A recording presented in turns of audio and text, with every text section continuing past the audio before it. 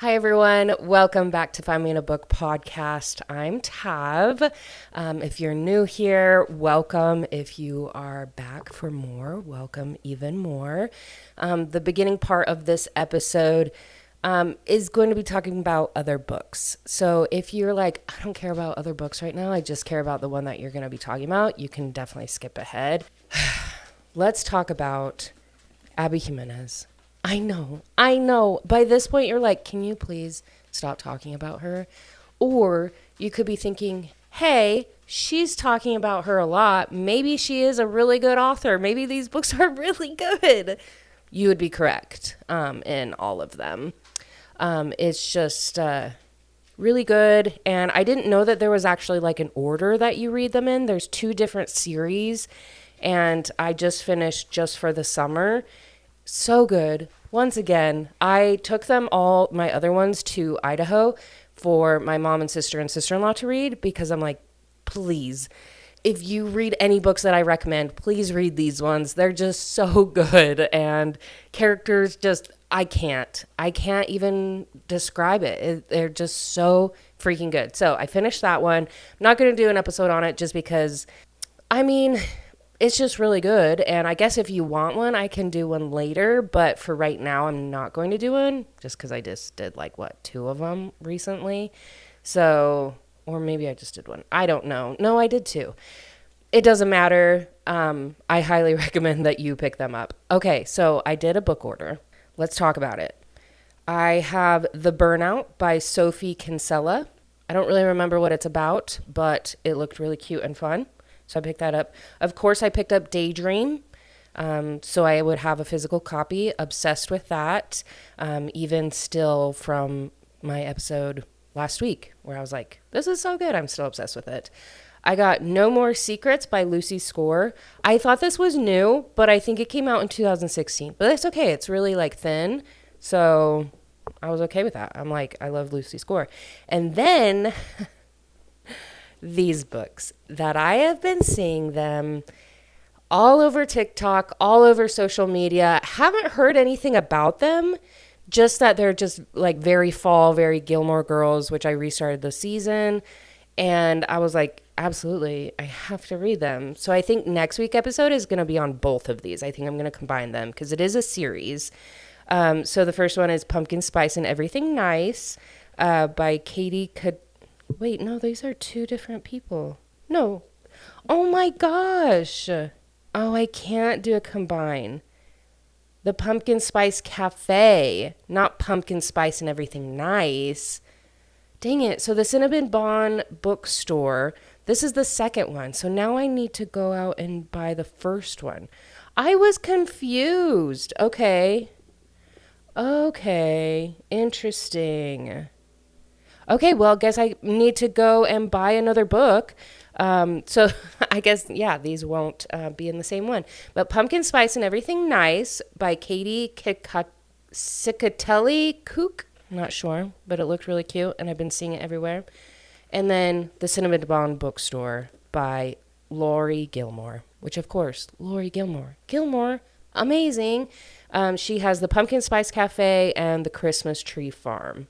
So I need to go and pick up those ones. I was so excited. Dang it. I can't start it yet then. So seen them everywhere. Don't know if they're good. I'll let you know though. But it's just cute and fall. And I've been meaning to get my Halloween stuff out and my fall.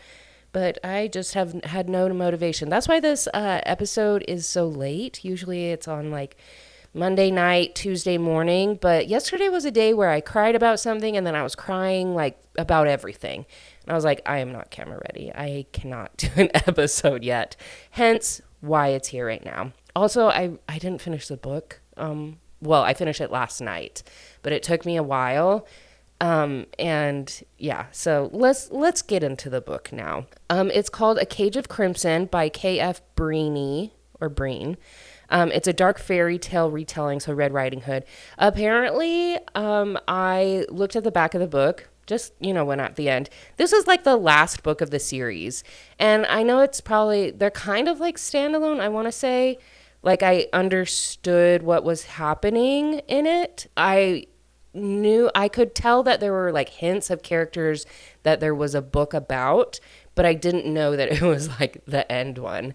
And it ended on a cliffhanger, so there's going to be more, but I am not going to read on. We'll just say that. So no to Mom and Sister, because this is a dark fairy tale. It's not... okay, so it's not like the dark fairy tale as if like torture and like dark themes. There's like a little hint of it, but it's like kind of like the subject is dark because it's about drugs.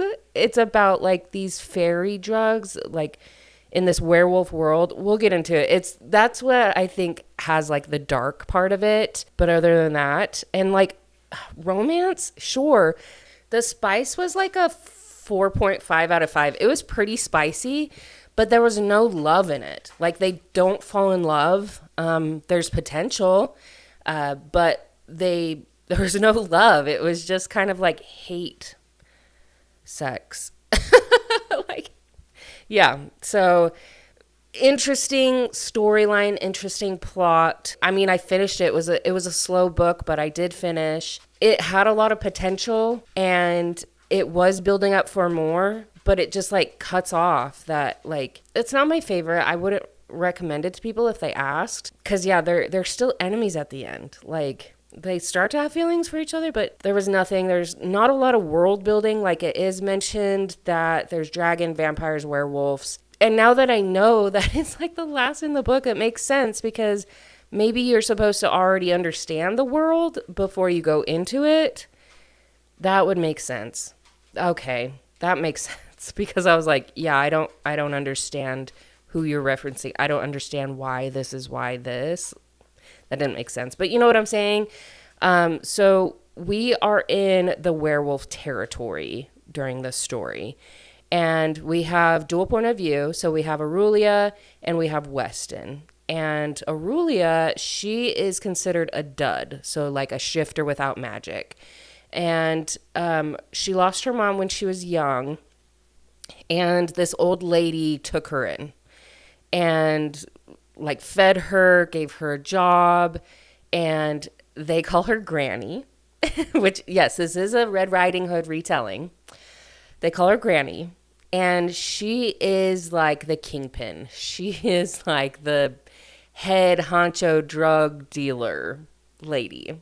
And Aurelia, she makes the drugs. She's the only one that makes the drugs. Like there's a guy that we kind of get to know. We hate him. Like he's awful. He's a dumb character.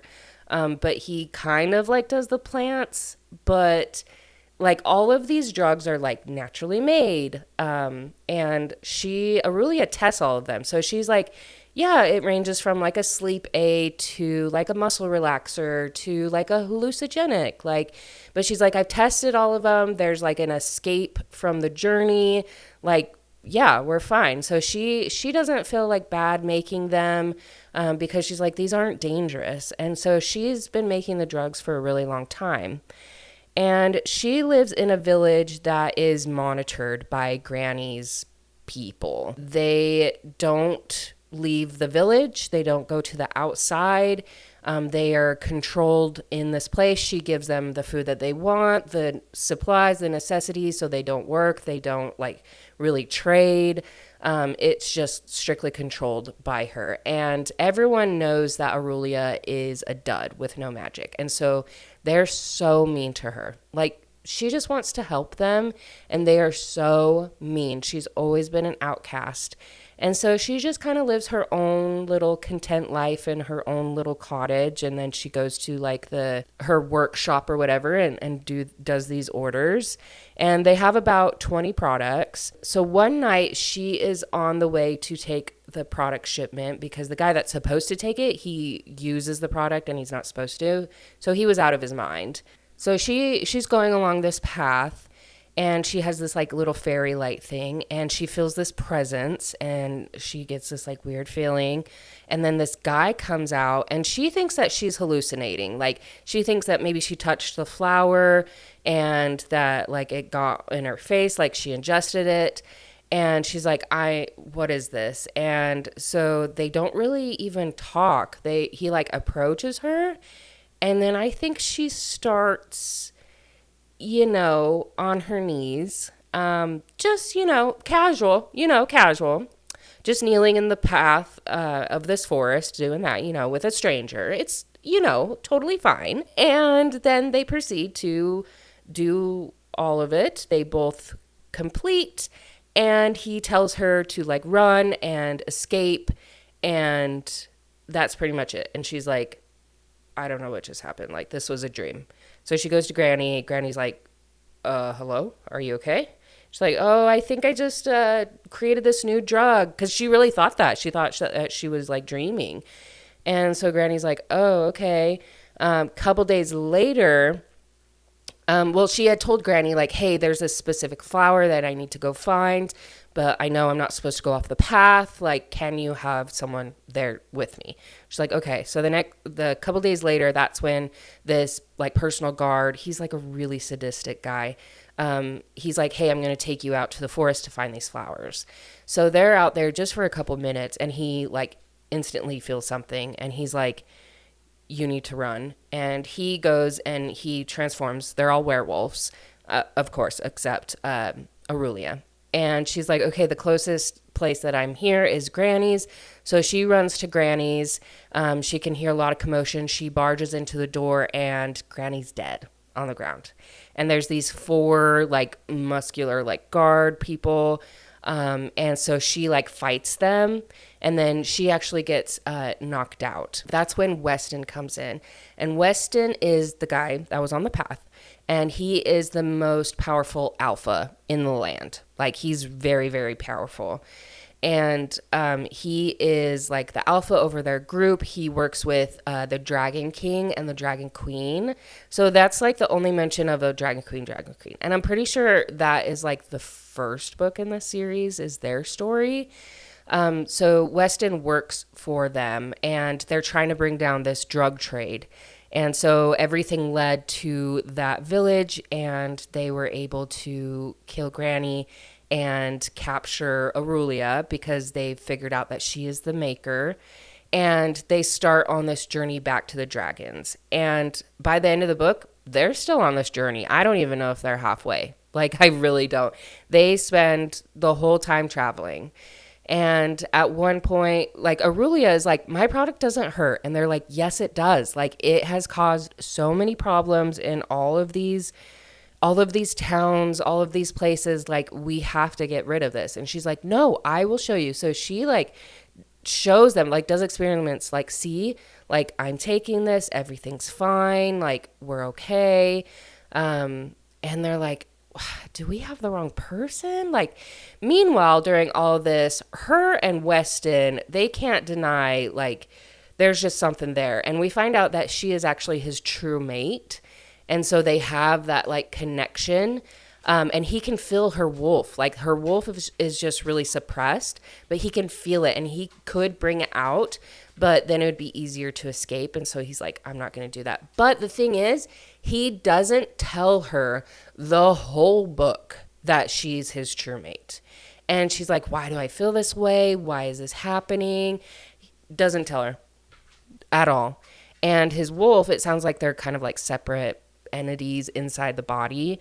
His wolf is like, we need to tell her. Like, his wolf is being smart, and he's like, no, we can't. So dumb. They didn't even tell her at the end. I'm like, okay, well, what's gonna happen next? Like, is it gonna be an even bigger thing? Like, why can't you just tell her you're true mates, and that's why you're doing this? Like, she thinks that she's captive, and she's getting to know these people and kind of creating these little friends. And her and Weston are kind of getting to know each other, but I don't know anything really about them, just a little bit of their background history. But I don't know really about them at all. And even throughout the whole book, I'm like, I don't know.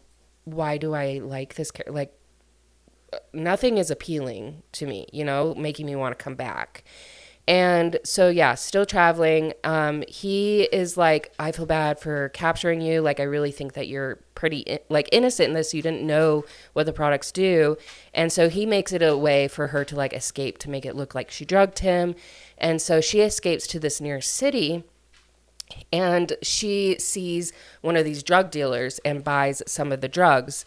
And she opens it up and she's like, wait, like, this isn't my drug. Like, what is this waxy coating? Breaks it open. She then sees her drug. But she's like, what is this waxy coating? And so then that kind of like sends a red flag to like these drug dealers. And they're like, hey, we found her. We found her. Because they had gotten other captives from the village, but the guards had gotten them out. Like Granny's protectors had gotten them out. And so they're coming for her because she's the only one that makes the drugs. And so she gets captured by them, but then Weston comes in and like captures her back, like rescues her. And by then she's like, okay, I'm convinced, like they put this coating on. It's really bad. Like I want to test it out. And he doesn't want her to. And I guess they do make it to a boat at the very end. And even then her and him, they're like getting closer. They kind of have feelings for each other. But of course they're like hate sexing the whole time. And so they're on the boat and there is like a little twist at the end. And I was like, really? That's the twist? Okay. Like, so if you don't want to know, skip like the next 15 seconds or 10 seconds, whatever the thing is. So Granny is alive. I'm like, what? Why? Like, you could have had any other twist. Why this one? Like, don't get it. So yeah, that is pretty much the end of the book. So if you were curious about that book, now you don't have to be. You are welcome to read it if you've already read like other books in the series. Like, yeah, like I liked the world building. No, sorry. I liked the world, but there wasn't enough building, like I said. So if I were to read on, I think I would want to start at the beginning just so that I would then work my way up to this one. But you know what? I have other books that I'm more interested in, so I don't think I will. But I know that I do like this author because I want to say that I've read other books by her, and I really did like her writing. And so I wonder if it was just this book that I was like, meh, okay. Wow, what else? I wish I would have bought that other book. Dang it. That makes me so sad. But maybe I'll read this one tonight. Pumpkin Spice and Everything Nice. That'd be cute. Because then I could do the Thursday episode on it. Oh my gosh, I'm so smart. Thursdays, if you didn't know, I have a YouTube channel. And you can watch the video there. And then on Spotify, you can watch the video. But definitely subscribe because I do another book during the week. I do 2 books during the week. 1 book during the podcast and then another book during these mini episodes. So if you want more content and want to know about Pumpkin Spice and Everything Nice as we get into fall, definitely tune in on Thursday. And yeah, wherever you're listening to this episode, definitely like and follow and subscribe and rate and all those things. Like, honestly, this is going to sound so cheesy, but that's how I know you guys like me. Like, that's like my validation. Like, I see all the numbers and everything, but and I'm like, yeah, that's so great. But like when you guys like interact with like my profiles and pages and stuff, I'm like, oh, they really like me. Like, they want to follow. Like, it just warms my heart. And so every follower, every review, I always like stop and think of you, where I'm like, oh, got another subscriber today. Like, I think, I know that sounds so cheesy, but it really does mean so much to me as a people pleaser, because I want to please you as a person, Anyways, before it starts getting even weirder, grateful for you guys, and put in the comments wherever you are what you want me to read next. Like, if you are curious about a certain book and you're like, I just don't have time to read it, let me know. Like, I'll read it for you and I'll give you a little synopsis, like whatever you need. Again, with the new Sarah and Niktos books by Jennifer Armentrout, I will be starting it tomorrow. Yes, because that's when my best friend Kat can start it as well. So tomorrow, so it's coming within the next couple weeks. I didn't get to do an episode with my sister, and that's sad, but that's okay. I'm going to be reading Crimson Moth sometime. Oh, I need to do my TBR for the month. Anyways, I could just talk your ear off forever and you'd be like, who is this lady? But I will end this now. But I'm very, very grateful for you guys. And I hope that you had a great weekend. I hope this week is magic for you. And what I've been saying every time I wake up in the morning, I say, today's going to be a good day. And it has been. Since I started doing that, it's been consistently good days after good days. So just, think that first thing in the morning, today's a good day. And it'll change your way of thinking. So anyways, grateful for you guys, and I'll talk to you next week.